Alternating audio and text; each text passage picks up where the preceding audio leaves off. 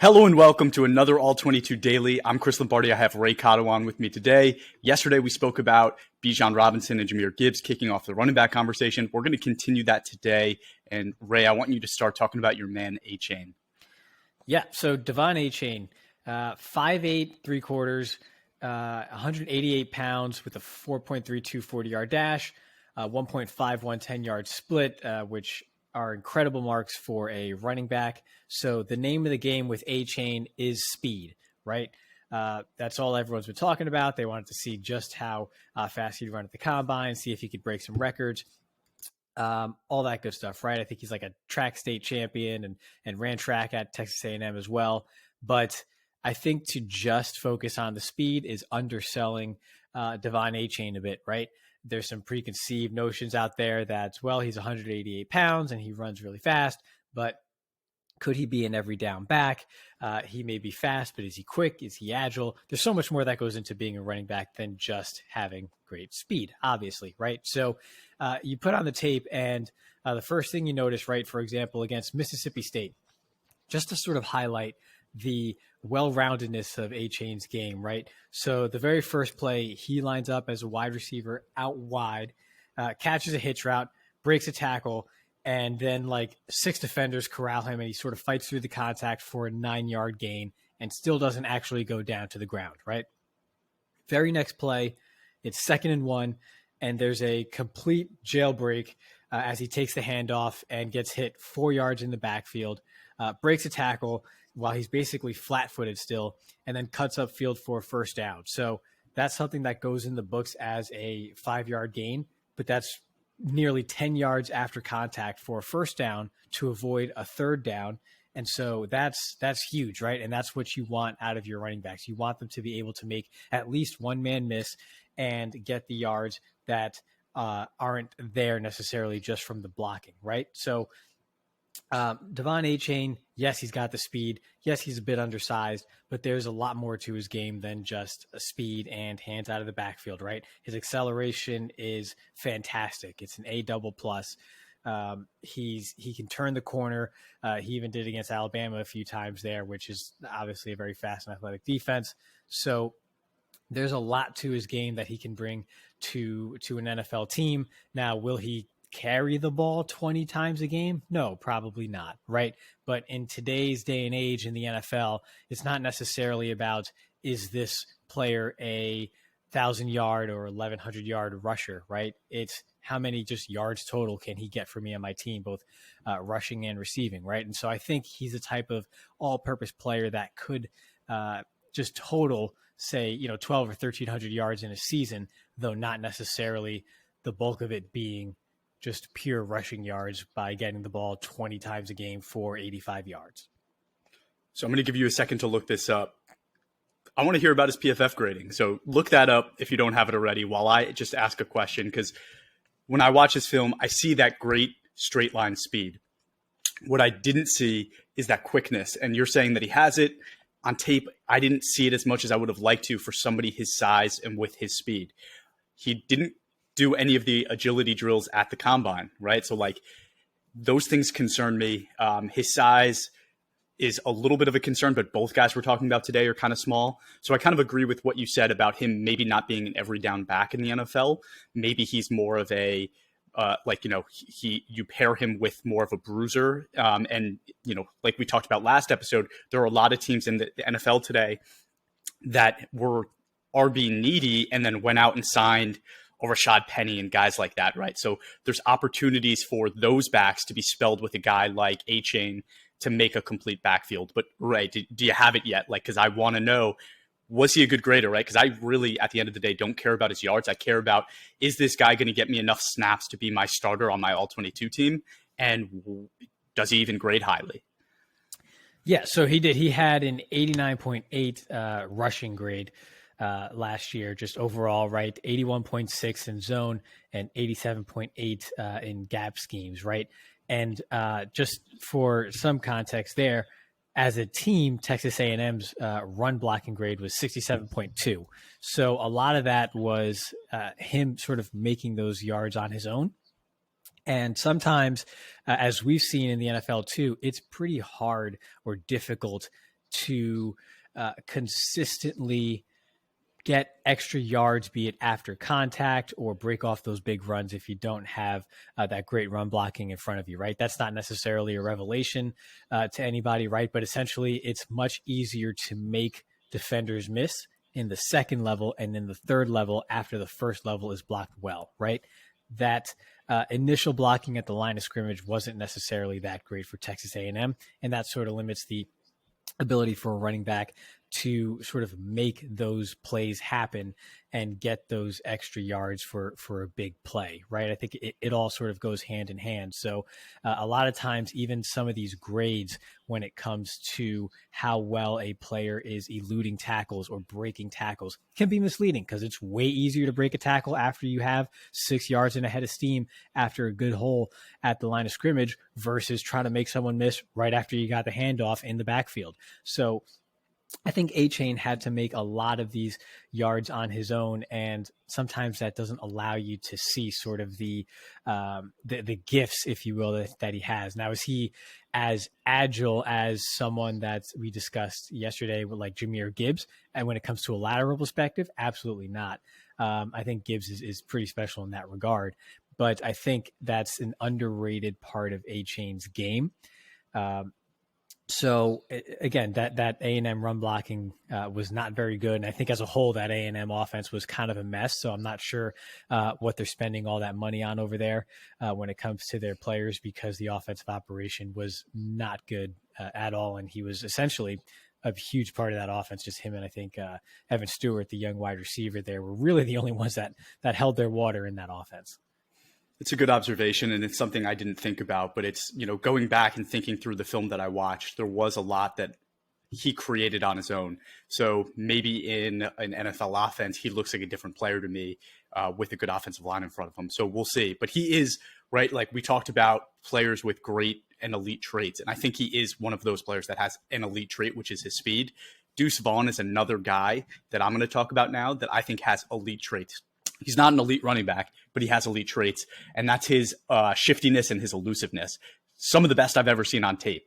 And his small frame probably helps that. He's only 5'5", which is insane, but defenders had a really hard time getting their hands on him when they had to, right? That's how elusive he was. And at 5'5", it makes it kind of easy to do that. There was a bunch of plays where he gets to the open field, and it was damn near impossible to bring him down, right? He does this thing that I feel like only somebody 5'5" can do, where he is going down the field. The defender will have a great angle on him. He'll hit him with a stiff leg and then not make a cut, and then hit him with another stiff leg and then make the cut. And he's just gone. The defender's on his ass and this dude is gone. If you're 5'9" and above, you don't even have enough space to do what he did on those plays. It's only because he's 5'5". He's able to use his space so well. And I don't think other guys can even do that. But it also helps because I thought he had plus vision and speed on tape. I was hoping he would run his 40 at the combine to tell me just how fast he really is. He didn't, but it's rumored that he runs a 4.4, which is insane if it's true. Guys like to hype beast a little bit. So it's probably more realistic that he's a 4.5 guy just at his size, but who knows? But the numbers he did test at were pretty good. 35.5 inch vert, which isn't insane, but at his, size, again, it's pretty good. 9.8 broad. Typically that would not be good, but again, if you're 5'5", that's pretty damn good. And then 17 reps on bench press. He's 5'5", 178 pounds or something like that. That's insane. Doing 17 reps of 225 is insane at that size. Other things, he has 9.5 inch hands, and I'm a big hand scout. I'm guilty of that. I saw his receiving ability on tape, and it is pretty good. He makes a lot of difficult catches. And it makes a little bit of sense when you find out that he has 9.5 inch hands, making catches that you wouldn't expect a guy his size to make. But he was ultra productive in college. He averaged nearly 1,500 yards a season the last 2 years. And then on his 3-year college career, he had 43 touchdowns. But I think his grading tells a more complete story because in pass protection, he was an absolute liability, which, again, makes a lot of sense. If you're 5'5", it's going to be really hard to block, Tyree Wilson, right? Guys with this massive wingspans. So, he's a liability in pass protection. You don't want to do that, use him in that regard. but a 93.4 run grade as a sophomore, 87.2 as a junior, and then a 91.6 receiving grade as a sophomore and an 89 as a senior. So overall, I think this is just a really special player, and he's a lot more than just a special teams player. I think he can be an Austin Eckler type back, super shifty, good receiver. Eckler's a better blocker. So in my perfect world, I think I would want him to get spelled with a bigger back, similar to what we were talking about with Achane, so that he can take on more of the kind of like receiving shifty roles and let the other guy go through the A gap and help in pass protection. Kind of fun thing that I did, right? I wanted to look at kind of like your pound per inch kind of weight ratio for the guys we've been talking about, right? So like I was giving Gibbs a hard time because he's 5'9", just under 200 pounds. But in reality, that's about 2.9 pounds per inch. Bijan is he's 6 feet, 215 pounds. So that's about 299 inches per pound. So I was like, I wonder how Deuce Vaughn really does measure up against those guys in that, when you're looking at his size through that lens. And he is still a little smaller. So 5'5", 180 converts to about 2.77 inches per pound. So a little bit smaller than those guys, a little bit thinner, but I really don't have a concern. On tape, I see a guy that I want for my fantasy team. I think he will earn enough snaps in the NFL to be all-22 relevant. So he's a buy from my end. But Ray, do you have any different opinions on him? Well, who's your comp? I heard people love comps. So people love comps. I said Eckler. I think he's a smaller Eckler with less blocking ability. Okay. Eckler's small, but he's a smaller Eckler. Yeah, I guess that works. I like Deuce Vaughn, and I usually don't mind undersized. That's just very undersized, and so there comes a point where does that then become an issue even for someone like me, right? Again, the NFL, pretty much 90% of backfields nowadays are just split backfields and tandems, so it mitigates that somewhat. I just want to see how he does over a full season, how he holds up. The Big 12 doesn't play any defense, so it's easy to hold up in a college football season. And when you're going against Big 12 defenders, that doesn't mean much, right? So I just want to see. I do think, though, in the proper role, he can have a very important role on an offense and grade very well as a result. I just got to see it. I'm still a bit concerned, again, just because the size it's undersized even for undersized. So stylistically, there's a lot of things I like, but I'm a little hesitant just because the profile, again, he is so small that when you have a 5'5" frame and you're trying to elude defenders or fight for some extra yards, are you just being completely enveloped by a 6'2", 200 and even on the light side, 225-pound linebacker, right? They just, you just can't go anywhere because you just don't have the frame to get outside of their frame and go ahead and get some extra yards. That's something that I wonder about. While he, again, is low to the ground, has that low center of gravity, is he able to sort of elude direct contact enough to where he can get extra yards in the NFL, which regardless of size or role, you still need to do, because it's very rare that you're just, even as a receiving back, going to be able to just catch the ball beyond the sticks on a third down and be able to get a first down without having to make somebody miss and get some extra yards on contact there. So I agree stylistically and with your scouting report there. I just got to see it because it's very rare you have 5'6", 5'5", 180-pound running backs in this league. I do think there's a reason for that. Yes, we've had Sproles and some in the past, but it's pretty rare. So I'm more curious than anything else, I'd say. Sure. And there's another guy that, like, I didn't want to make a comp for him with this player because I think that they are super different.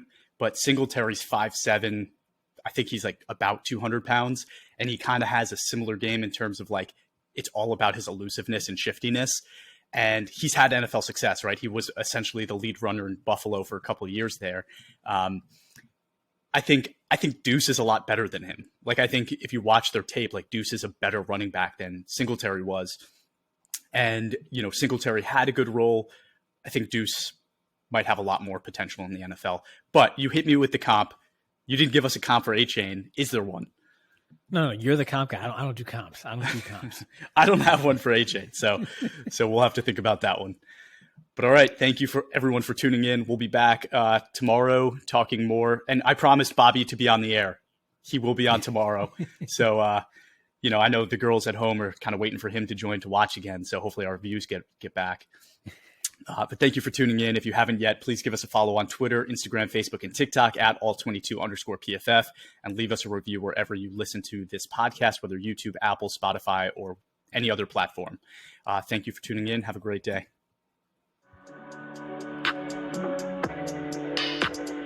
Go.